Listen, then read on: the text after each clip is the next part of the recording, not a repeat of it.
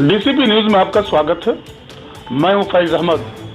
जैसा कि आप जानते हैं, अभी हम लोग इस समय उत्तर प्रदेश की राजधानी लखनऊ में मौजूद हैं, जहां हम लोग मिलने जा रहे हैं भारतीय जनता पार्टी के संभावित उम्मीदवार से, जिनका नाम सतीश तिवारी जी हैं। ये सतीश तिवारी जी किसी परिचय के मोहताज नहीं है।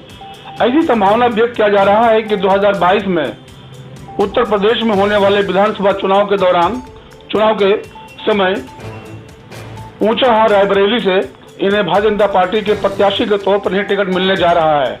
तो आइए जानते सतीश तिवारी जी से कि सच्चाई क्या है। सर, ये बताइए, जैसा कि सुनने में आ रहा है कि ऐसी संभावना लोग व्यक्त कर रहे हैं कि आपको ऊंचाहार विधानसभा सीट से आपको बीजेपी की टिकट मिलने जा रही है।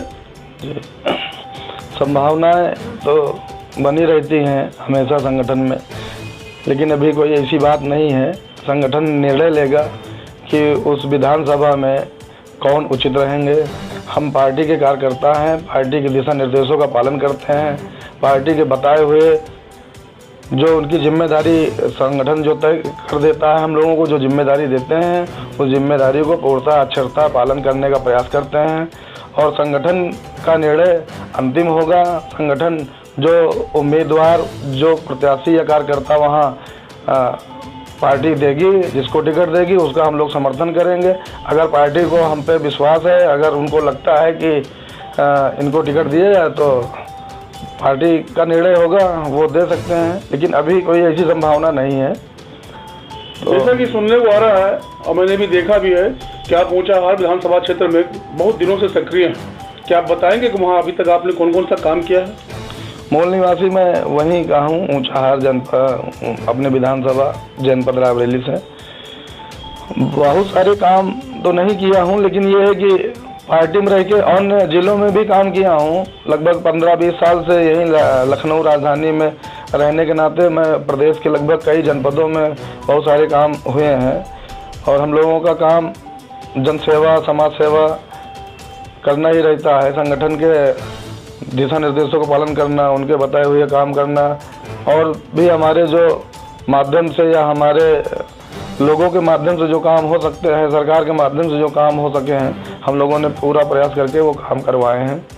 जैसा कि सुनने को आ रहा है कि आप ऊंचाहार में हर गांव में, लगभग बहुत सारे गांव का आपने दौरा किया है। वहां जाकर लोगों से जो आपने संपर्क किया है, किस तरह की बातें उन लोगों से हुई है? अभी इधर कुछ गत महीनों में सदस्यता अभियान को लेके हम लोगों ने अभियान छेड़ा था, गांव-गांव में जाके भारतीय जनता पार्टी की जन कल्याणकारी नीतियों को जन जन तक पहुंचाना, प्रदेश सरकार और केंद्र सरकार की योजनाओं को जनता को बताना, जनता को जागरूक करना, और उन सभी सरकारी योजनाओं का लाभ जनमानस कैसे ले सके, ये चीज़ें लोगों को बताना, समझाना, और उसमें आने वाली समस्याओं का समाधान भी करना। अपने स्तर से सरकारी अधिकारियों से बातचीत करके उसको सहज सरल रूप में जनमानस को लाभ पहुँचाने का काम किया है। जैसा कि मैंने देखा भी है और सुना भी है कि पिछले कुछ दिनों पहले केंद्रीय राज्य मंत्री माननीय कौशल किशोर जी का वहाँ एक प्रोग्राम हुआ था। उस प्रोग्राम में मैंने ये भी सुना है कि आपकी बहुत बड़ी भागीदारी रही है। वो प्रोग्राम कैसा रहा था? कार्यक्रम बहुत अच्छा था। उदा देवी जी के जयंती समारोह में उनकी एक यात्रा निकली हुई थी लखनऊ से प्रयागराज। तो उसी दिन कार्यक्रम, सौभाग्य की बात था कि जानकारी हो जाने की वजह से हमने कार्यक्रम अपना कार्यालय का तय कर लिया था। कार्यालय का उद्घाटन भी उसी दिन रख लिया था। तो माननीय मंत्री जी का वहाँ स्वागत कार्यक्रम हुआ और कार्यालय का उद्घाटन कार्यक्रम भी हुआ। हमारे ऊंचाहार विधानसभा का हमने एक जनसंपर्क कार्यालय की स्थापना उसी दिन की थी। विधानसभा चुनाव 2022 में होने जा रहा है, ये आपको ही पता है। ऐसी स्थिति में ऐसा भी देखा जा रहा है कि बीजेपी के कुछ नेता, समाजवादी पार्टी के कुछ नेता आपस में दल बदल कर रहे हैं। आप इसे कहाँ तक मानेंगे? अब राजनीति है, राजनीति ऐसा विषय है, उसमें लोग अपने स्वार्थ हित में उनको लगता है कि सत्ता बदलने से उनको पद प्रतिष्ठा का मोह माया रहता है, इस वजह से दल बदलते रहते हैं। कुछ समाजवादी पार्टी के लोग भारतीय जनता पार्टी में आते हैं, उनका स्वागत है, और कुछ यहाँ से उपेक्षित कार्यकर्ता रहते हैं, उनकी मन की पूरी इच्छा पूर्ति नहीं होती, थोड़ा सा जल्दबाजी करते हैं। राजनीति में थोड़ा धैर्य रखना चाहिए। संगठन है, आज नहीं तो कल उनको कुछ ना कुछ अच्छा दायित्व देगी, अच्छा मान सम्मान मिलेगा। लेकिन जल्दबाजी में धार खोजे रहने की वजह से अन्य दलों में चले जा रहे हैं। कहीं कोई समाजवादी में जा रहा है, कोई बसपा में जा रहा है, जो कि वहाँ पे उनका भविष्य उतना अच्छा नहीं रहेगा। जहाँ तक हमारा मानना है कि अगर भविष्य है तो राष्ट्रीय दलों का है, ये क्षेत्रीय दल तो आज हैं, 10-5 साल में इनका अस्तित्व नहीं रहेगा, जहाँ तक मुझे लगता है। जी, ऐसा सुनने को आ रहा है कि आप केंद्र सरकार और राज्य सरकार की उपलब्धियों को जन जन तक पहुँचाने का काम कर रहे हैं, क्या ये सच है? हाँ, संगठन का काम है, संगठन ने काम दिया हम लोगों को कि कार्यकर्ताओं का ये मूल कार्य रहता है कि सरकार की उपलब्धियां और संगठन की रीत नीति जन जन तक पहुंचे, और उसके लिए हम लोग भरसक प्रयास करते हैं कि अपने कार्यकर्ताओं के साथ टीम बना के गांव-गांव में जाएं, भ्रमण करें, जनमानस से मिलें और पार्टी की नीतियों से अवगत कराएं और केंद्र सरकार उत्तर प्रदेश की जन कल्याणकारी योजनाओं को जन जन तक पहुँचाएँ, बताएँ।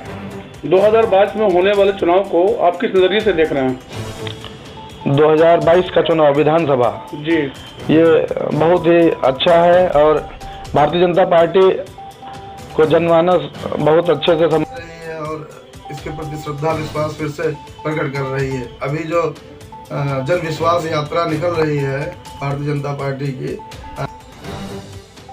तो काफी से कई जगह स्थानों से काफी जनमानस उसमें अपना सहभाग कर रही है और सहभागिता सुनिश्चित करता है कि आने वाले समय में भारतीय जनता पार्टी की फिर से सरकार बनेगी और पूर्ण बहुमत की सरकार बनाएंगे। इसलिए योगी और मोदी जी का कोई विकल्प किसी संगठन में नहीं है। किसी भी संगठन के राष्ट्रीय अध्यक्ष हों, चाहे उनके प्रधानमंत्री मुख्यमंत्री की दावेदारी करने वाले जो भी नेता हैं, उनकी छवि और उनका व्यक्तित्व वैसा नहीं है जैसा हमारे यहाँ हमारे संगठन में हमारा जो नेतृत्व है योगी मोदी जी का नेतृत्व है। इसका अर्थ ये होता है कि आप पूरी तरह से आश्वस्त हैं कि आने वाले इलेक्शन का जो नतीजा होगा वो बीजेपी के ही पक्ष में होगा, बीजेपी सरकार बनाएगी।